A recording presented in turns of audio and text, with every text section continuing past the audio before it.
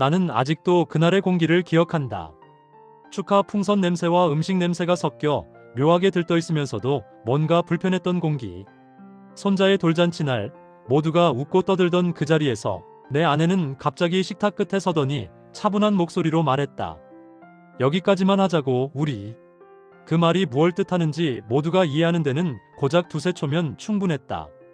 나는 그 자리에 얼어붙었고 아들은 밥숟가락을 떨어뜨렸고 며느리는 그대로 울음을 터뜨렸다. 아내는 다시 한번 말했다. 우리 이혼하자고요. 나는 그 순간 그녀의 얼굴에서 어떤 화도 어떤 분노도 발견하지 못했다. 그저 다 끝난 사람의 표정이었다. 이미 오래전부터 혼자 결론을 내린 사람의 표정. 나는 그 자리에서 아무 말도 하지 못했다. 50년 결혼 생활 동안 내가 아내에게 가장 많이 했던 말은 아마 알아서 해였던 것 같은데 이혼 얘기를 들은 그 순간만큼은 어떤 말도 떠오르지 않았다. 손자의 돌잔치라는 기쁨의 자리에서 왜 그런 이야기를 꺼냈냐고 다들 물었지만 정작 나는 묻지 못했다. 왜냐면 어쩌면 나도 어렴풋이 알고 있었기 때문이다. 내가 그녀에게 어떤 남편이었는지, 어떤 잘못이 쌓였는지, 그리고 그녀가 얼마나 오래 참아왔었는지. 행사는 엉망이 되었고 식당 구석에서는 아내의 언니들이 그녀를 감싸며 울었고 내 쪽 가족들은 어쩔 줄 몰라 했다. 나는 그저 멍한 얼굴로 손자의 작은 발을 바라봤다. 그 아이가 아무것도 모른 채 웃을 때마다 내 가슴이 이상하게 저렸다. 행복은 이렇게 작은 곳에 있는데 나는 이 조그마한 행복 하나도 제대로 지키지 못한 건가 싶었다. 집으로 돌아오는 길은 묘하게 조용했다. 아내는 먼저 집에 들어갔고 나는 차 안에 혼자 남아 오래된 차내등 빛만 바라봤다. 오래된 차내등은 노란 빛을 냈는데 그 빛 아래서 내 손은 유난히 시들어 보였다. 나이 들어서 살같이 얇아진 손등 위에 주름이 얽혀 있었고 거기엔 분명히 무언가가 지나온 흔적들이 있었다. 아내가 50년 동안 지워지지 않는 상처를 품었다면 나는 50년 동안 그것을 보지 못한 책임이 있었다. 집에 들어가니 아내는 이미 작은 여행용 가방을 꺼내 옷을 정리하고 있었다. 나는 그 모습을 보며 지금 이 상황이 일어난 이유를 알면서도 한편으론 정말 왜 이런 일이 벌어졌는지 이해가 가지 않았다. 사람은 늘 자기 중심에서 생각하니까. 나는 다정하진 못했어도 최소한 나쁜 남편은 아니라고 믿고 있었다. 생계를 책임졌고 큰 탈 없이 가정을 지켰다고 생각했다. 하지만 그건 어디까지나 내 기준이었다. 아내의 기준은 달랐겠지. 나는 아내에게 다가가 조심스럽게 물었다. 지금 이게 정말 진심이야? 아내는 손에 들고 있던 셔츠를 내려놓고 나를 바라봤다.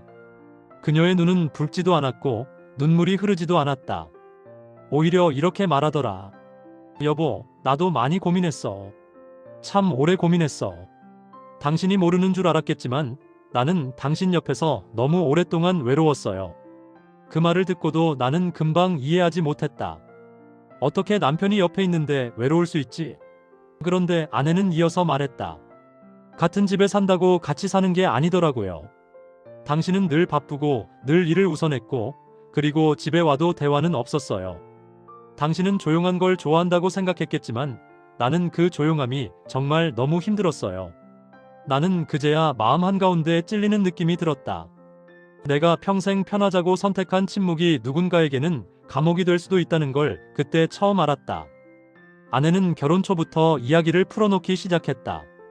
처음부터 이혼을 생각했던 건 아니었단다. 어느 부부가 처음부터 그런 생각을 하겠나. 하지만 작은 일들이 쌓였다. 결혼 10년차 때 내가 술자리 늦게 들어온 날 아내가 걱정하며 전화했는데 귀찮다는 말 한마디로 끊어버린 날도 있었다. 결혼 20년차 때 아내의 생일날 내가 회사 일 때문에 신경 쓰지 못했던 일도 있었다.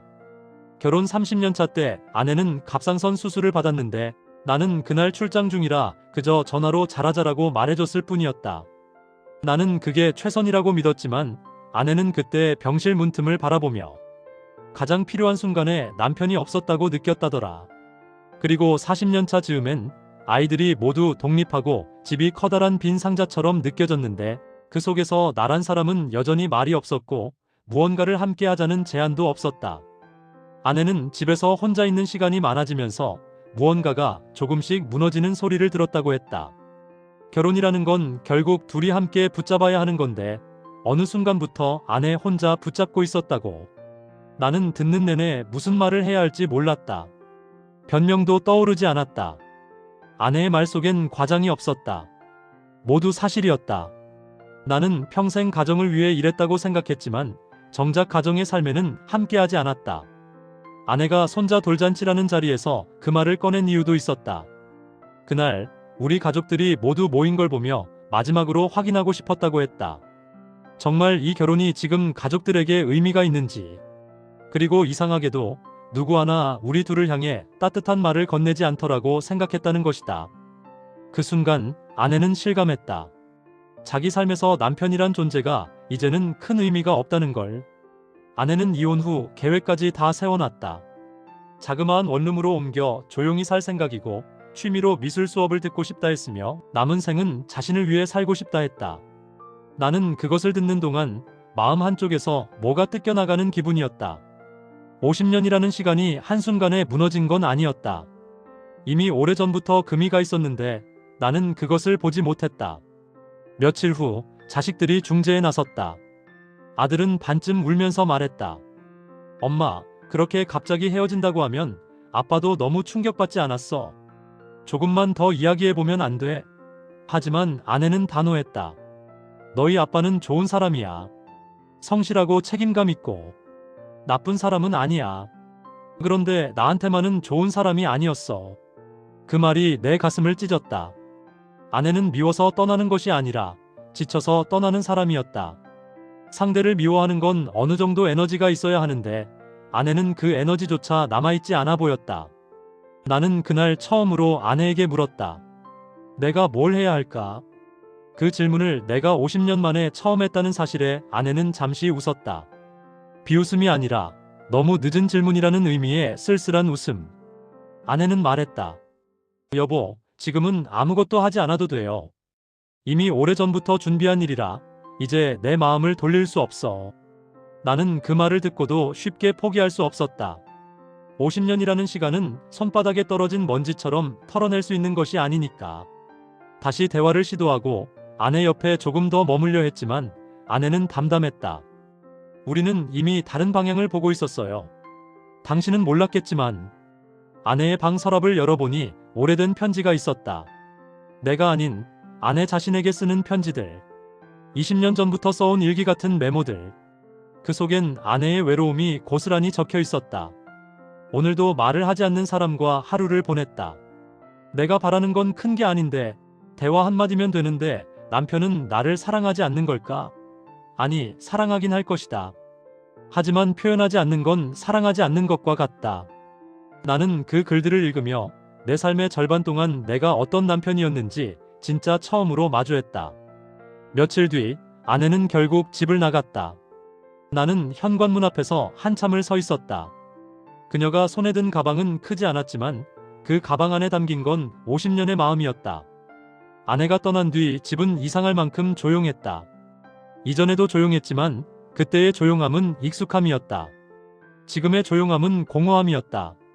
냉장고 돌아가는 소리만 들려도 마음이 허전해지고 식탁 위에 놓인 두 사람분의 밥그릇 중 하나는 더 이상 필요하지 않았다. 나는 처음으로 집안일을 스스로 해보았다. 밥을 하다가 문득 깨달았다. 아내는 매일 이런 일을 해왔구나. 내가 배려라 부르던 침묵은 사실 무관심이었구나. 내가 편하자고 한 행동들이 아내에겐 짐이었구나. 시간이 조금 지나자 나는 아내에게 연락을 했다. 만나자는 말도 하지 않고 그저 안부만 물었다. 아내는 짧게 답했다. 잘 지내요. 여보도 건강하세요. 그 말 끝에 여보라는 호칭이 오래된 습관 때문인지 정 때문인지 나는 알 수 없었다. 하지만 아내는 그 뒤로 먼저 연락한 적은 없었다. 몇 주 뒤 나는 아내가 다니기 시작한 미술학원 근처에 갔다. 일부러 간 건 아니었다고 말하고 싶지만 사실은 아내가 궁금했다. 학원 건물 앞에서 나는 아내를 보았다. 작은 가방을 들고 밝은 조끼를 입고 수업이 끝난 뒤 동료들과 웃으며 나오는 모습. 50년 동안 내가 보지 못했던 모습이었다. 나는 그 순간 깨달았다. 결혼 생활 내내 아내를 보았지만 아내 자신을 본 적은 없었다. 나는 뒤돌아서 집으로 돌아왔다. 쓸쓸했지만 동시에 어떤 부분은 안심이 되기도 했다. 아내가 행복해 보였으니까. 결혼 50년 동안 느끼지 못했던 자유와 기쁨을 그녀는 이제야 만난 것 같았다. 그리고 나는 내 방식대로 돌아와 남은 삶을 살아내야 했다. 지금 나도 늦지 않았다는 마음으로. 어느 날 아내의 편지를 다시 읽다가 나는 문득 생각했다. 사랑이 없어져서 헤어진 게 아니었다. 사랑을 표현하지 않아서, 지키지 않아서 사라져버린 거였다. 지금도 가끔 아내와 연락한다. 필요할 때만 짧게. 다시 돌아올 가능성은 없다. 하지만 나는 이젠 그것을 억지로 바라지 않는다.